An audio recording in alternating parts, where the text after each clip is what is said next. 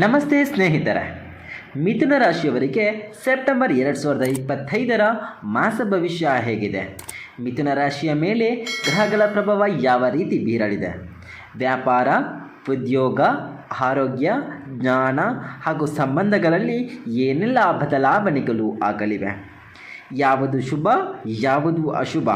ಈ ಎಲ್ಲ ವಿಚಾರಗಳ ಬಗ್ಗೆ ಸಂಪೂರ್ಣ ಮಾಹಿತಿ ಇಲ್ಲಿದೆ.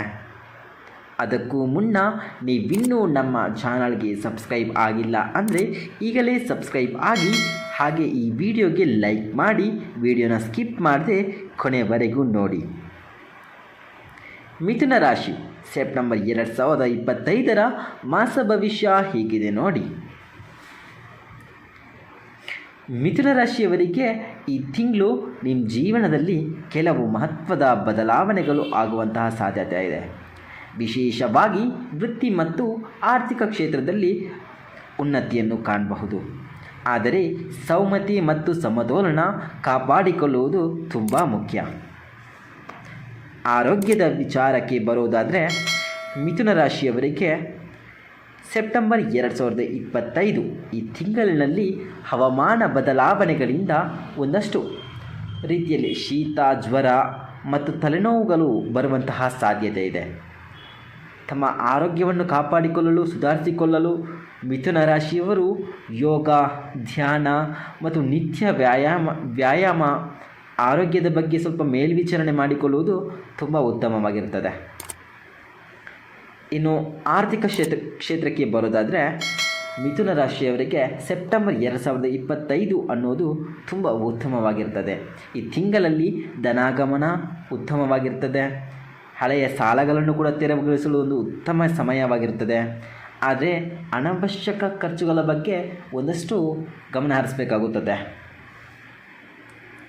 ಇನ್ನು ವೃತ್ತಿ ಅಥವಾ ಉದ್ಯೋಗ ಅಥವಾ ವ್ಯಾಪಾರ ಕ್ಷೇತ್ರಕ್ಕೆ ಬರೋದಾದರೆ ಮಿಥುನ ರಾಶಿಯವರಿಗೆ ನಿಮ್ಮ ಶ್ರಮ ಹಾಗೂ ಕಠಿಣ ಪರಿಶ್ರಮದಿಂದ ಮೇಲಾಧಿಕಾರಿಗಳಿಂದ ಮೆಚ್ಚುಗೆಗೆ ಪಾತ್ರರಾಗುವಂತಹ ಒಂದು ಅವಕಾಶಗಳು ಇರ್ತವೆ. ಹಾಗೆ ಹೊಸ ಯೋಜನೆಗಳು ಅಥವಾ ಪ್ರಾಜೆಕ್ಟ್ಗಳಲ್ಲಿ ಅವಕಾಶಗಳು ದೊರೆಯುವಂತಹ ಸಾಧ್ಯತೆಯೂ ಕೂಡ ಇದೆ.